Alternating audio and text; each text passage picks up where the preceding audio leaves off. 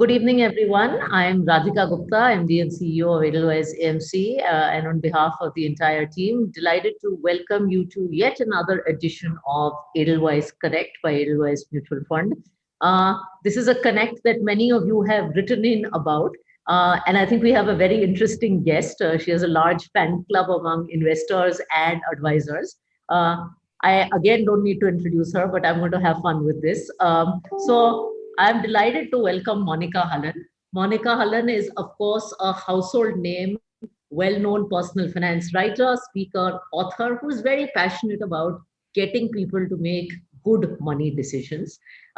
She's, of course, a best selling author, also professor at Indian Institute of Corporate Affairs, an MCA think tank, a speaker who you've heard on many topics regulation, financial literacy, etc. And of course, most recently associated with Mint, but also Economic Times, Indian Express, and Outlook Money. I think many of you know her as the person behind the very popular book Let's Talk Money that was published in 2018. Incidentally, a Hindi translation, Baat Paise Ki, was also released last December. And Monica also has tremendous experience on the regulatory and public policy side. I've had an opportunity to interact with her there as an advisor to the government of India and as a member on various initiatives of Ministry of Finance and SEBI. So all in all, she comes with very rich and exciting experience. And Monica, thank you so much for joining us. We are delighted to have you. Thank you. Real pleasure, Radhika. I'm really looking forward to this conversation. And I'm really looking forward to this conversation because you being a journalist and a media person, usually you have grilled me in the past, not that you have asked me very difficult questions. So I encourage all the users to ask questions so that I can grill you right back. I think that will be fun. So to everyone here, I have a set of questions for Monica. They range from personal finance to budget to some stuff that you have sent me. But if you do have any questions, I would encourage you to send all your questions to us through the chat window, and we'll make sure to try and take as many of them as possible. So, Monica, I actually want to start with something that's less talked about, which is your journey. You started studying economics and then journalism, and then you wrote a book on money management. I want to know you've talked to a lot of people about their money experiences, retail, HNI, distributors, everything. What kind of inspired you to write Let's Talk Money? Radhika, the inspiration actually came from the people that I interacted and spoke to. And the journey is about 20 years old, and it's sort of built steam along the way.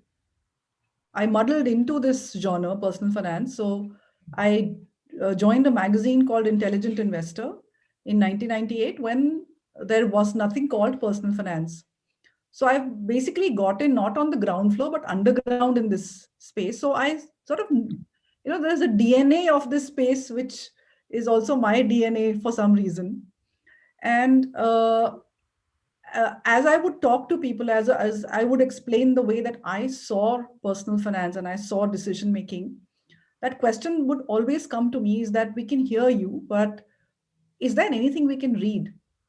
And I wouldn't get something for the Indian reader out of our own cultural context, which began at a very basic level. So, I mean, there are excellent books out there on retiring, on, different, you can cut it in many ways.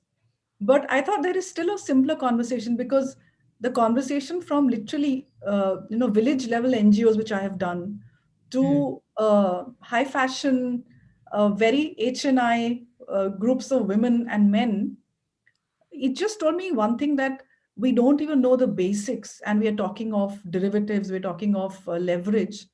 We've not even understood the basics of money.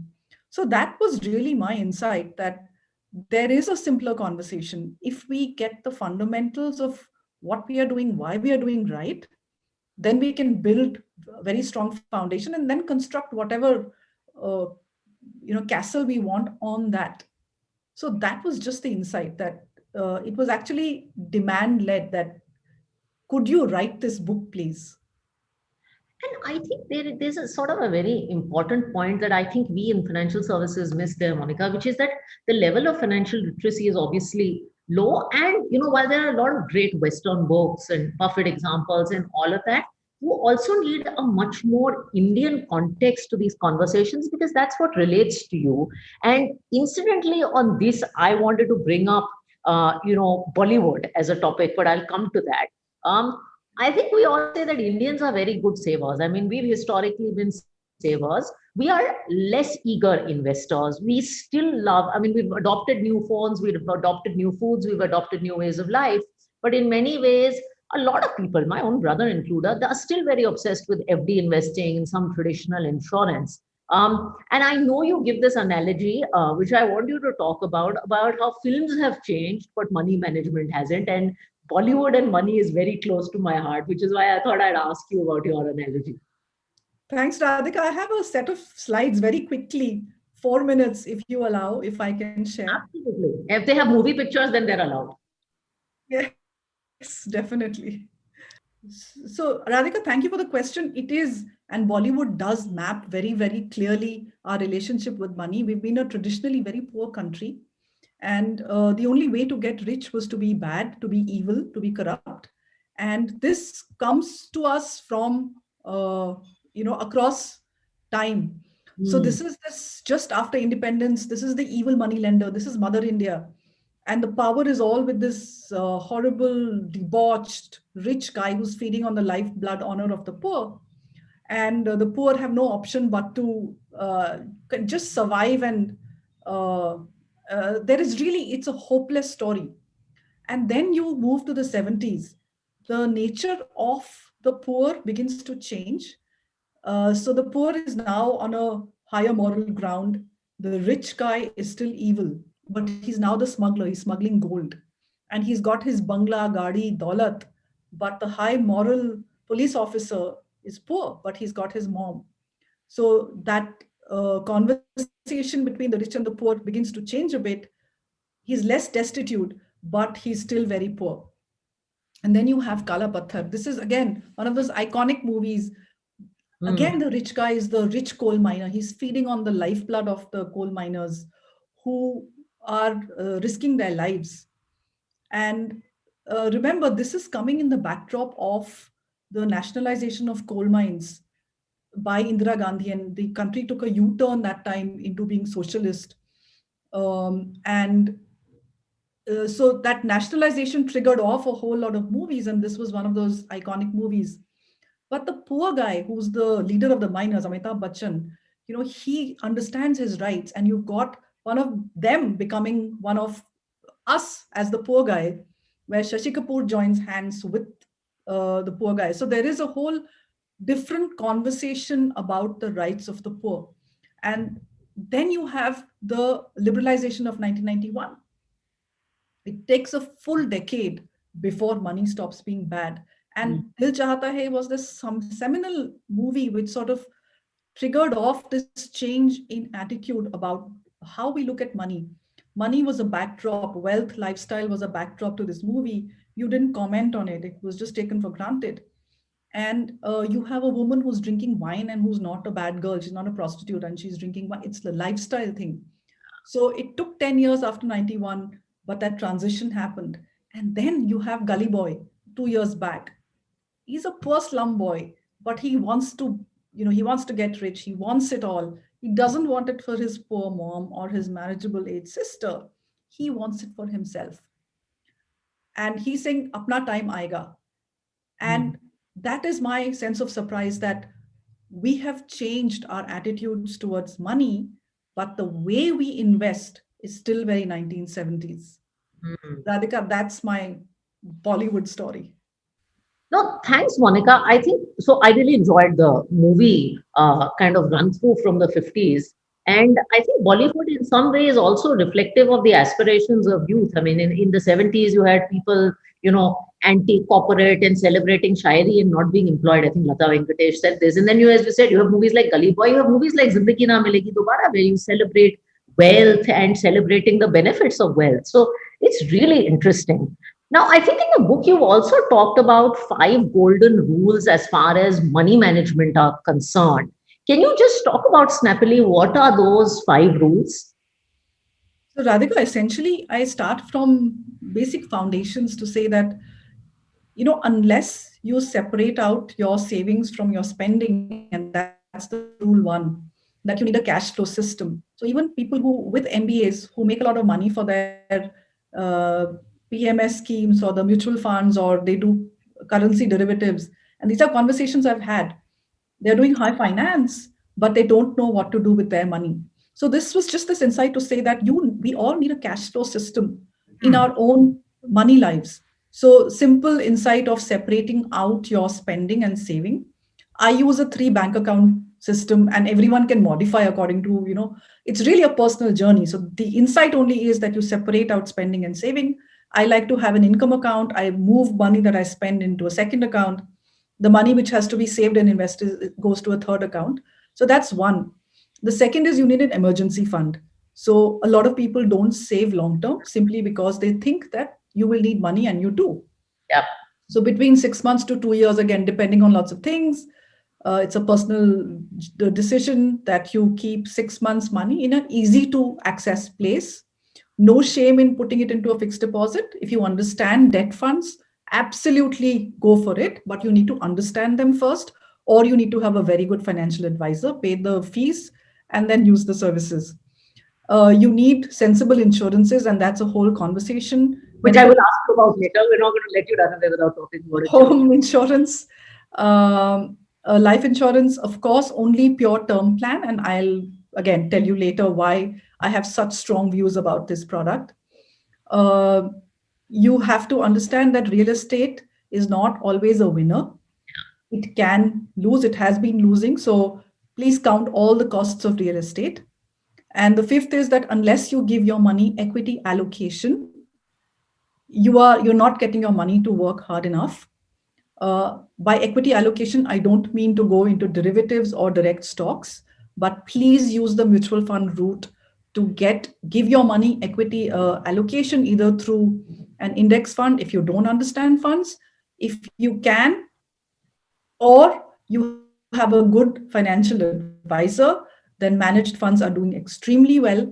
And that conversation can get more and more complicated as you build your portfolio. But it's a very tightly regulated product. The monkey has gone out of the product. No mutual fund has done away with anybody's money till today, nor they will, because of the way the industry is set up. The money belongs to a trust, etc. So these are the 5 rules that you have to give your money an equity exposure. There is a safe way to invest in equity. It's not a roulette club. It's not a casino.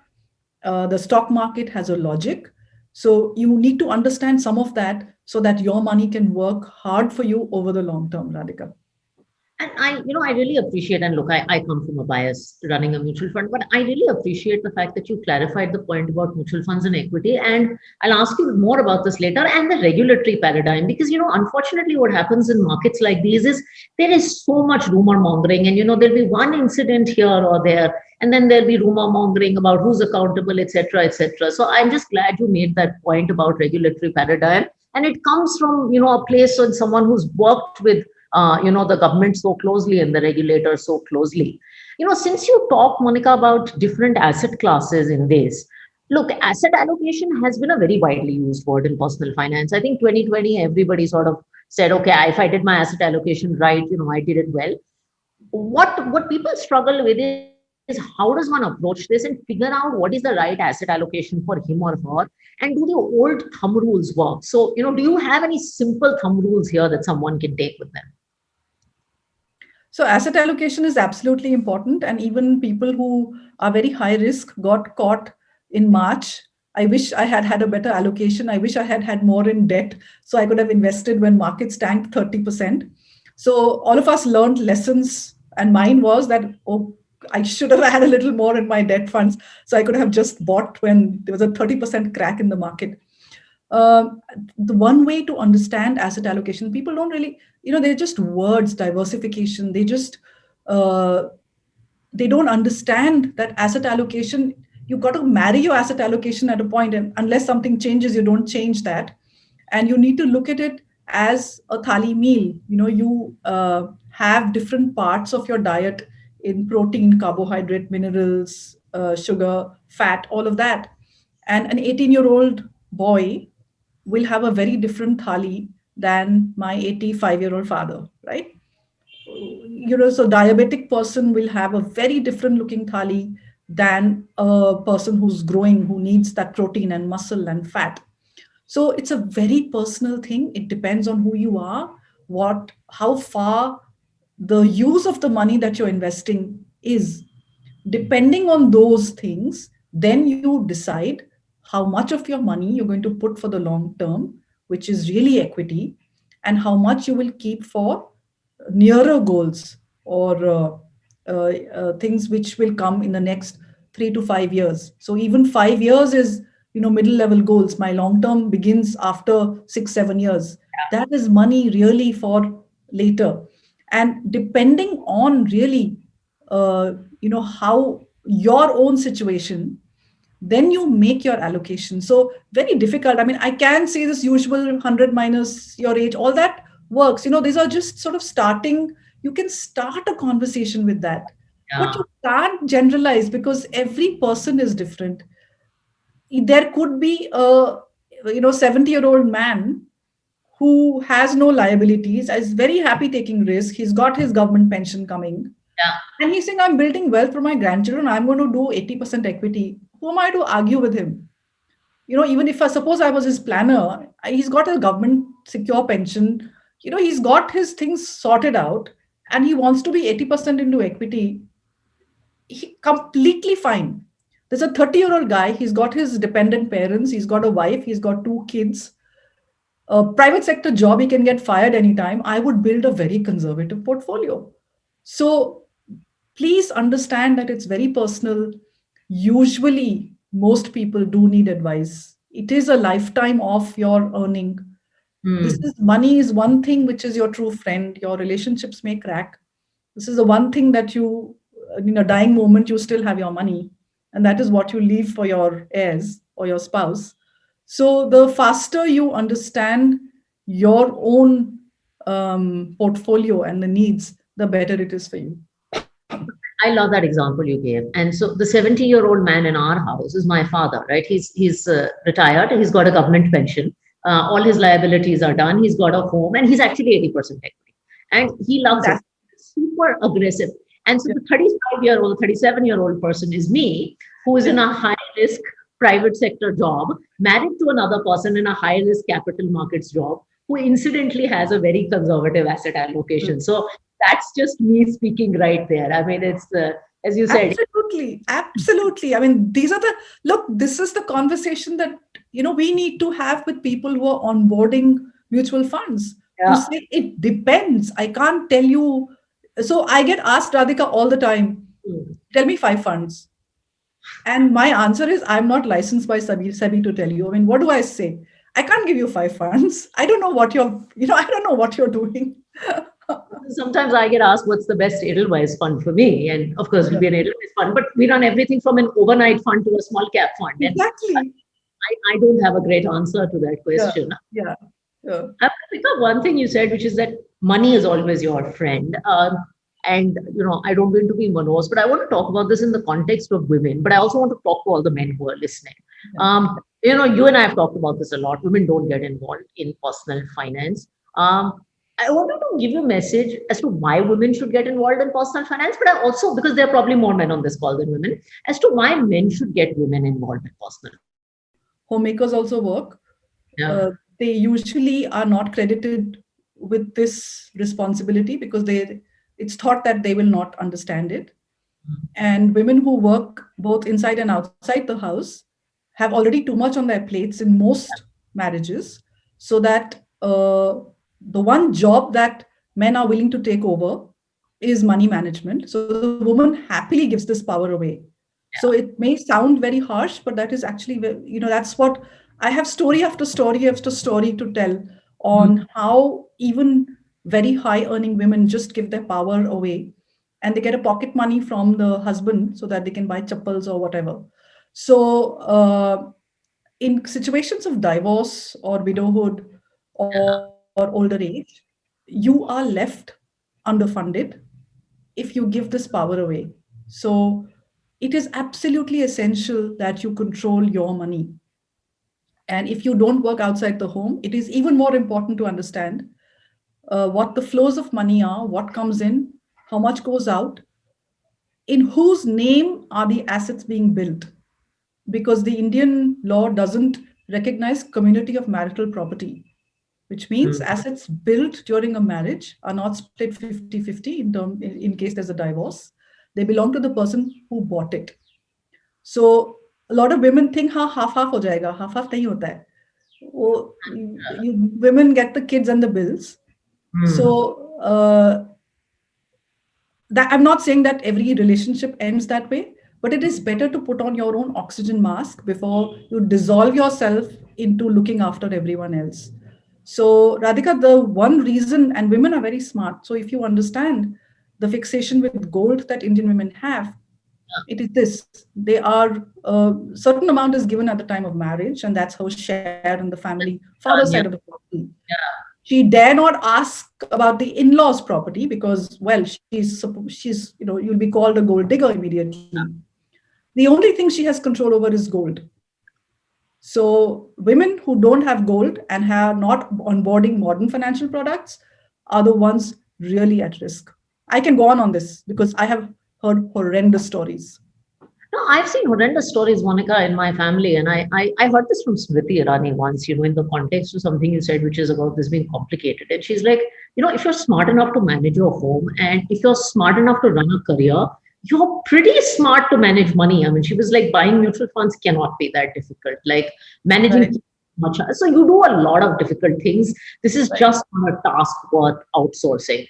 Um, I also want to talk about another unspoken segment in personal finance today, which is retirement. And I know you've spoken about this. And India is a country where obviously social security is not present. So, how should people think about saving for retirement? Why is it important in the first place? And do you see the trend improving, by the way?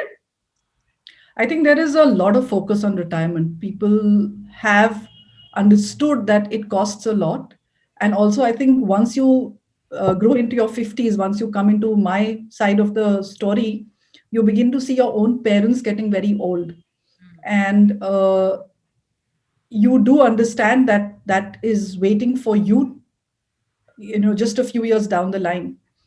Um, I think there is far more focus on retirement. We may not have the best solutions coming out. I mean, there's a whole fragmented marketplace. I don't want to go into the regulatory piece. I mean, you have four regulators on pension. So I'm not going there. But I think there is far more focus, and it should be because longevity is increasing. Yeah. We don't want to have more life than money left. Mm. I don't buy the argument that your kids will not look after you. The Indian culture is such Yeah. that you have to either have really messed up your own parenting Ah. for kids to discard you. But even if you messed up your parenting, most kids still do the right thing. So you will have the anecdotal story of parents being abandoned, but I would imagine that it is far less than what we see anywhere else in the world.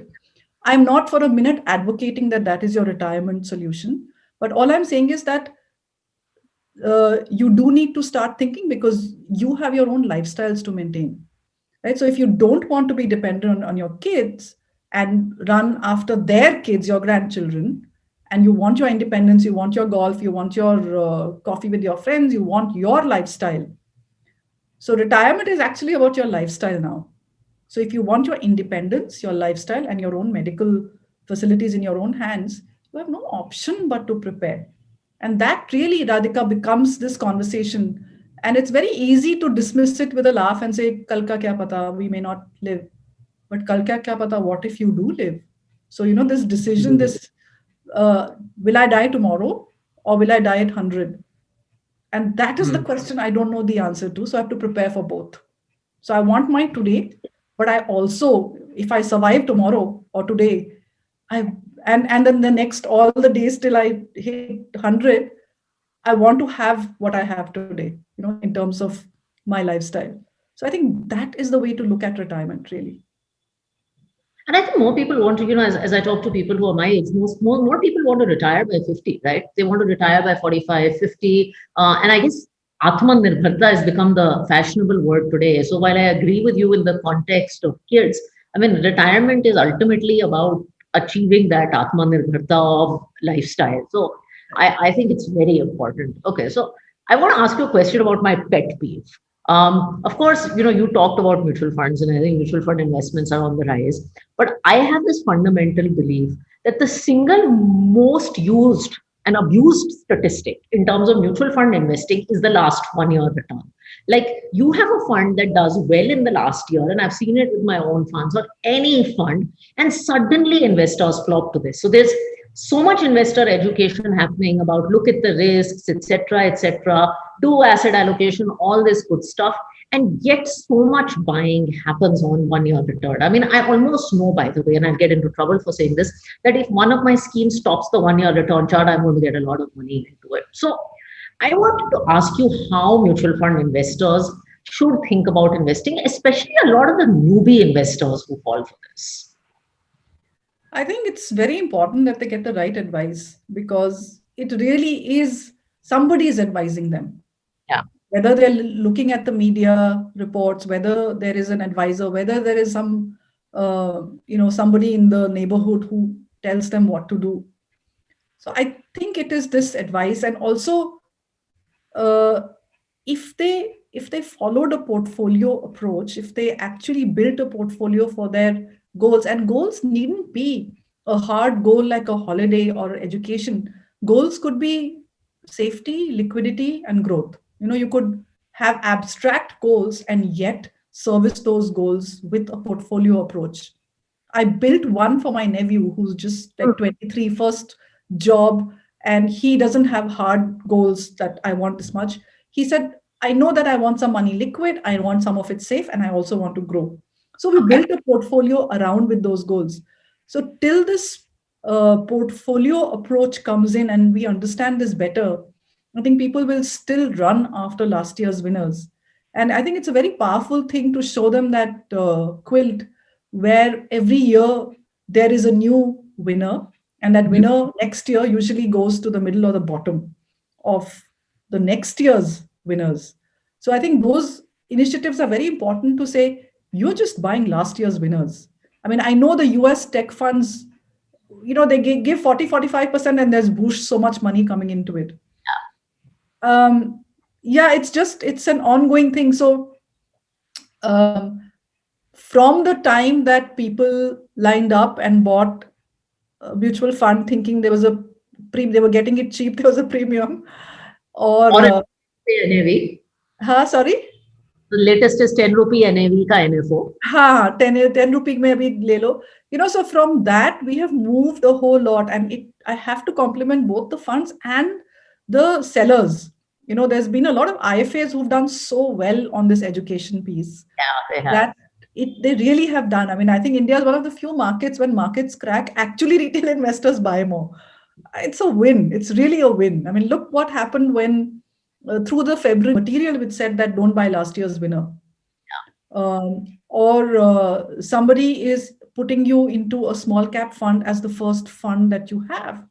So that much homework you have to do to understand that your starting investment in a mutual fund is a lower risk fund. You do not begin with a small cap fund. Yeah, You exactly. begin, yeah. So that homework you will have to do. Mhm. And if the advisor is pushing very hard and asking for closure very quickly because this deal will get over, that's a red flag. It has to be very relaxed. It has to, you have to be fully ready to invest. Only then does this happen. Mm. I think the fee for planners, there is a community of just pure fee for planners who will also, now I think the SEBI rules allow them to execute it for you. Possibly there's less conflict of interest there. And I wish that somebody would actually make a listing, and we have a registry where there'd be some sort of rating, some sort of metrics that we can assign, just as mutual funds are rated and ranked. If we could have advisors being rated and ranked, that would really go a long way in helping people out. And I get this asked all the time, can you refer someone? And for Yeah. me, then it becomes a conflict of interest. Like, who do I refer? So, I end up giving 3, 4 names and saying that, well, talk to these people and then choose one. We actually built a tool, by the way, Monica, called Find Your MF Guide on our website. So investors can go in, and we don't rate, of course, because we can't, it's conflicted. But at least everyone who's empaneled with us, you can go put in your city, and advisors can go update their information and the segments they look at. And I really encourage people to go out and use the tool, because it's just it's more data than there typically is, and it's for your geography. And I absolutely agree. On their own balance sheet, money which actually the government should have put onto its balance sheet. Okay, so I should be borrowing, but I'm getting my relative to borrow on my behalf. So that the government took this opportunity to come clean on that. So the 9.5 or 9.8% deficit is huge. So that was one. It was, they just said, let's put it all, let's clean up the balance sheet. And that's, I mean, look at the market. The market Yeah, likes transparency. So it said, absolutely. excellent. Second, there was a whole lot of pressure, global economist pressure, Indian commentators pressure to tax the rich, to put a COVID Yeah. tax, tax the billions which the Indian rich have made, which is actually paper money, Yeah. but let's tax the rich. There was pressure to do something for the farmers, so-called farmers. They're actually intermediaries on the borders of Delhi. I don't know which farmer drives SUVs or has 8 lakh rupee tractors, which they can blow up like this. But there was a whole lot of pressure to use the budget to do something to appease them. The Hmm. government just ignored all of this. There's no appeasement in this budget. The kinds that we saw in the farm loan waiver of 2009, 2008, I haven't seen that at all. They're saying we will go for capex, we will get jobs going, and this is not immediate gratification, but we're going to put money into infrastructure and government infra jobs are for skilled and semi-skilled people, and the multiplier is 2.5, 3, 4. So every rupee translates into that much in when it spends on infrastructure. So it has done all of these things, and it has left the taxation as it is. That's story for another day. So in terms of a big picture story, and if you heard the survey before this, I did. It was what a survey. what a What survey. a I was beautifully told. riveted. I have never seen such passion. And the Yeah, what a story of growth versus inequality. I mean, beautiful story. Whoever's not listened to the CEA, please, it's on YouTube. Listen to those stories of why we are going for growth, how inequalities will get addressed partially because of that growth. We cannot let go of growth. And also the unfairness of the global rating agencies. Like one bureaucrat puts it, they are moody and their standards are quite poor Hmm. because there is a racial bias in the way that these ratings are assigned to the non-white countries. And a gamble was taken to say, we're going to do what we do. We've done very well over the COVID period. And this India actually has done well on deaths and cases. And we've held back our spending till October, November, till the lockdown got mostly lifted. We kept our powder dry. We're a $2,000 per capita income country. We can't compete with $40,000 per capita income resources. So we've taken decisions which work for us. And if the rating agencies have a problem, we'll see. So there's a new sort of confidence which came through the survey and the budget. And I think the country loves it. And they likened it to the Indian cricket team and their confidence, the Yes. beaten down confidence, which was a great way to Yes. start the budget. By the way, there was a great example, and as my last question, I would love for you to elaborate on it. You talked about the choice in the budget of doing capital expenditure that has a multiplier versus just spending on subsidies and things like that. And you likened it in one article to our own personal budgets and how you can either take a loan, to do your own capital expenditure, or you can do your version of the subsidy. So, do you want to just talk about that? I thought it was a beautiful example. Right. And, again, I think we have not communicated these things to people who don't understand economics. And it's really up to all of us to make that transition because everybody has a stake in the country. We are all taxpayer, we're citizens. We need to understand what is revenue deficit. We need to understand fiscal deficit. It is just that, so I have my own balance sheet. And if I can borrow either for current consumption, I can borrow to eat dinner or go for a holiday, or I can borrow for an education or a home, right? So there is good loans and there are bad loans. So the bad loans are really money which I have to pay from my current income. But if I have invested in something like, say, an education or a home or assets which potentially grow my money, grow my income, then I can pay off the loan and still be better off. Governments have the same issue. Are you going to be borrowing for current consumption, for doles, for subsidies, for MSP to farmers? Or are you going to be building roads, infrastructure, railways? What are we going to be spending on?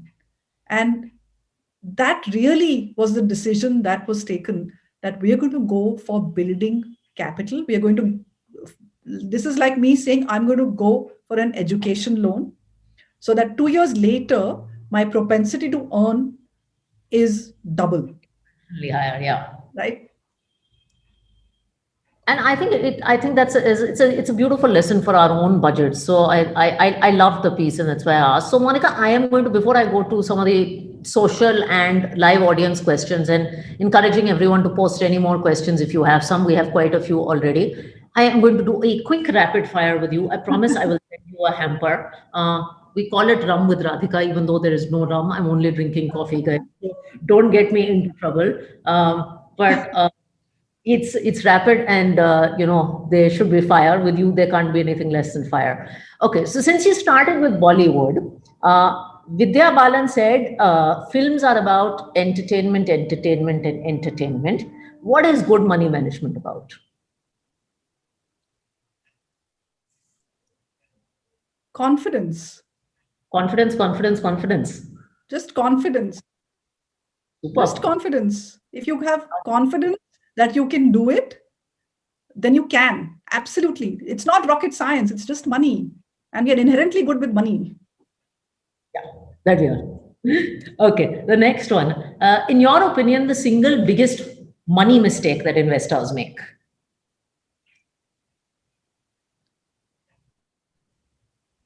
Putting it off, Putting it off, delaying it, procrastinating it. just not taking that decision.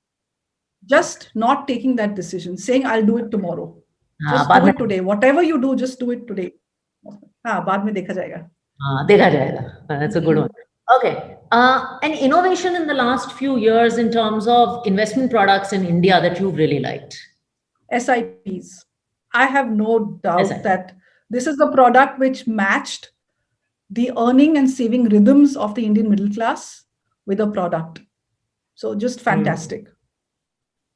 Yeah, I agree. Okay, your one word take on a few of the trends and things, and I'll stick to largely mutual funds. Your one word take on passive funds. Excellent for entry level investors who are beginning to understand market linked products. NFOs. If it fits in your portfolio, look at it, otherwise ignore. Okay, if it fits. Okay. Investing abroad. A certain net worth is required. Excellent for diversification after that. So only after you have understood, built your portfolio domestically, now you want diversification because your portfolio is of a certain size. Now you go abroad. Okay, fourth, insurance. Only term insurance for yourself if you have financial dependents who depend on you. Never buy a bundled insurance plans. Do not buy endowments, money back, or ULIPs. Endowments and money back are traps. Your money, that's why Indian household money goes to die. You don't want your money to die, so don't go there. Only buy a pure term insurance, buy it online, disclose your proper things, do a medical test, look for a good claims experience, and then buy a pure term insurance policy, nothing else. Awesome.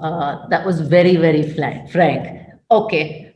You are notorious for this, so I have to ask you this. The biggest reason you have hope for India? I am so filled with hope right now because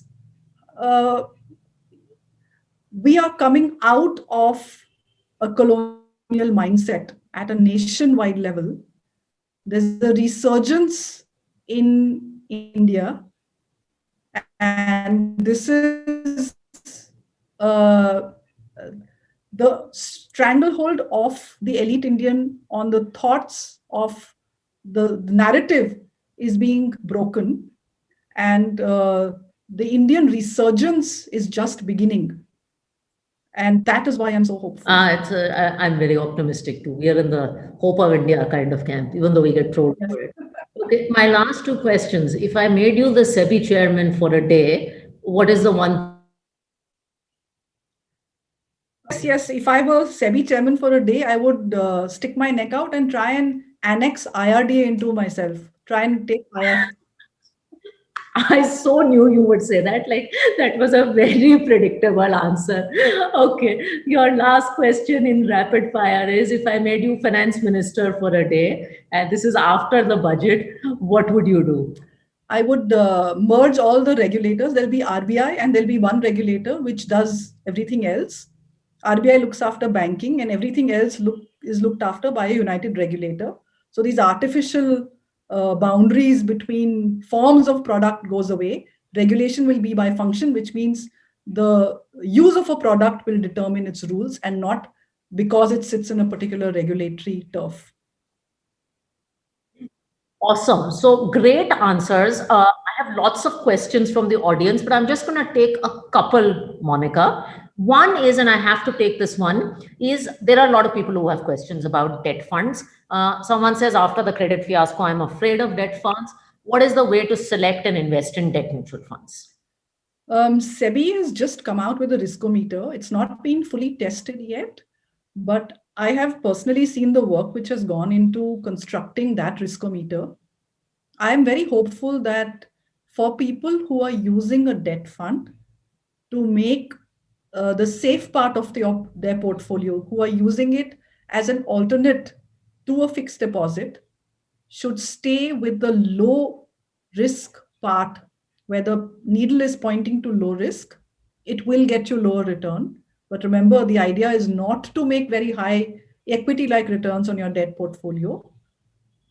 And you are substituting this for your fixed deposit. So manage expectations and then choose the products, match your holding period with the something called an average maturity of the fund. Basically, if you want money in 3 years, it shouldn't be a debt fund which is buying 10-year bonds. So you'll have to read up a little bit on that, but you have to match, the two things have to match, your holding period and the bonds being held by the debt fund. So understand that there's always an underlying product being bought by the mutual fund that you buy. So a debt fund is buying bonds. So please understand what you're buying. Don't just go for that gave 10% return. You're not trying to do equity on debt funds.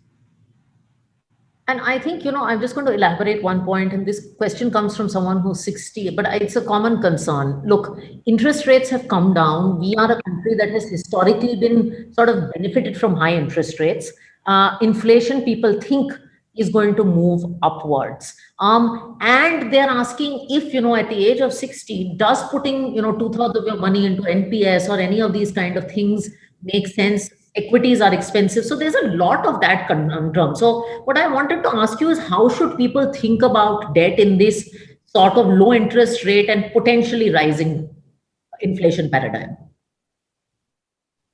You will have no option but to have an equity allocation. So after that equity allocation, yes, today, look, it looks expensive, but that's what it looked 2 years ago, and that's what it looked 3 years ago. And if Radhika growth does come back, Yeah. I'm not sure about this expensive conversation. And when Sensex touched 50,000, I wrote, I'm so old that I saw Sensex at 2,000 points. And that was it, that it had doubled. That was my first job, 91.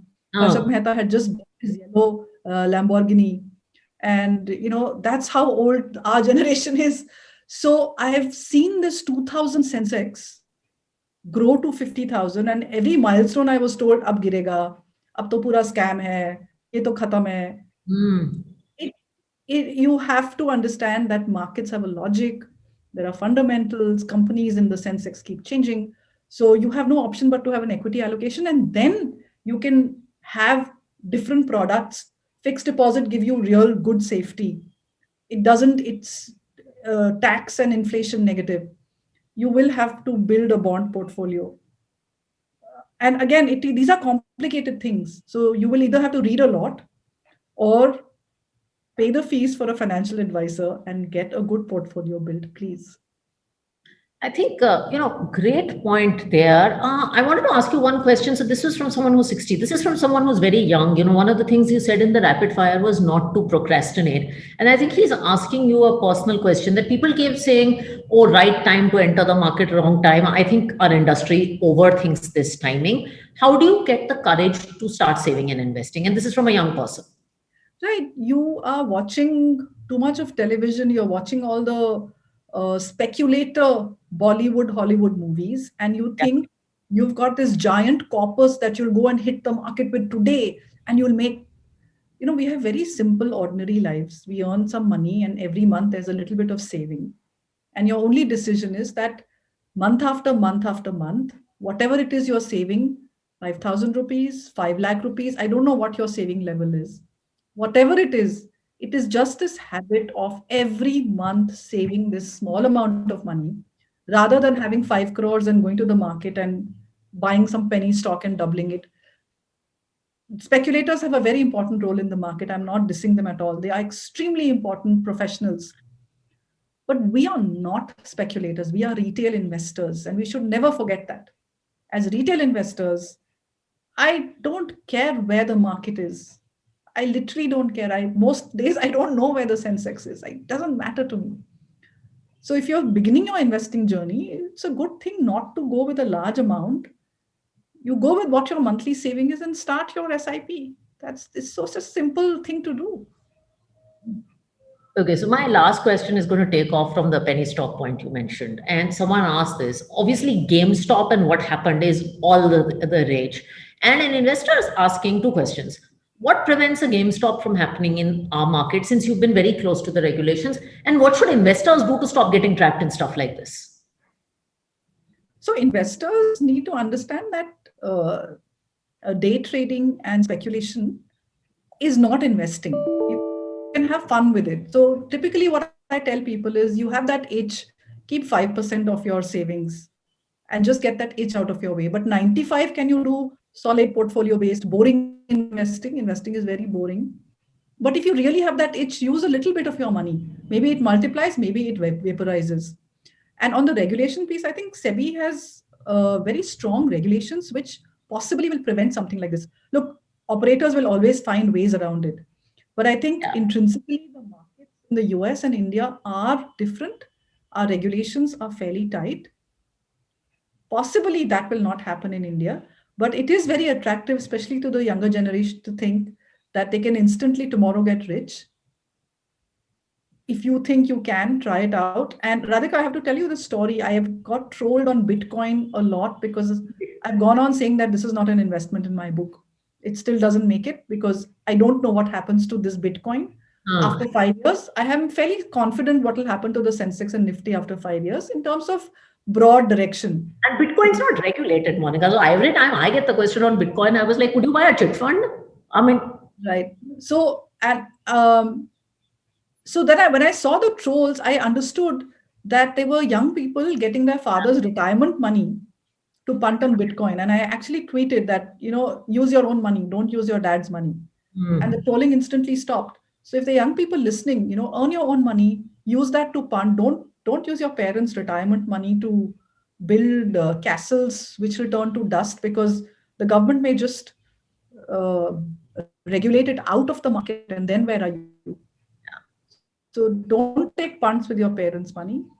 Use a little bit of your own money if you want to punt. But the stories of getting rich overnight are just stories. It can happen to 1 in a million people. So if you think you're that 1 in the million, very lucky.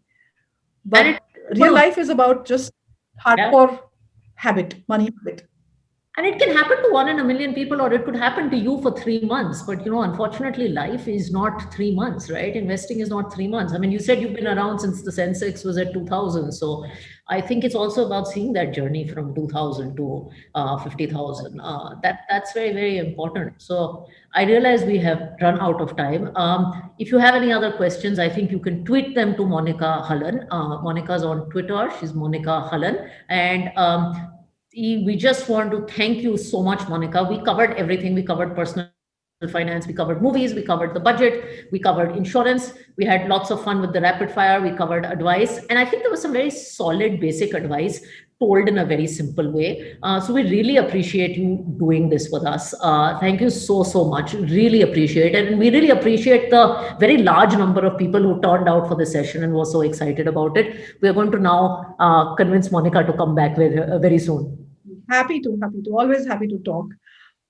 That's what I do. Thank you so much, everyone. Thank you, Radhika, so much for the invite. Thank you so much, guys. We end here. Have a good evening. Stay safe.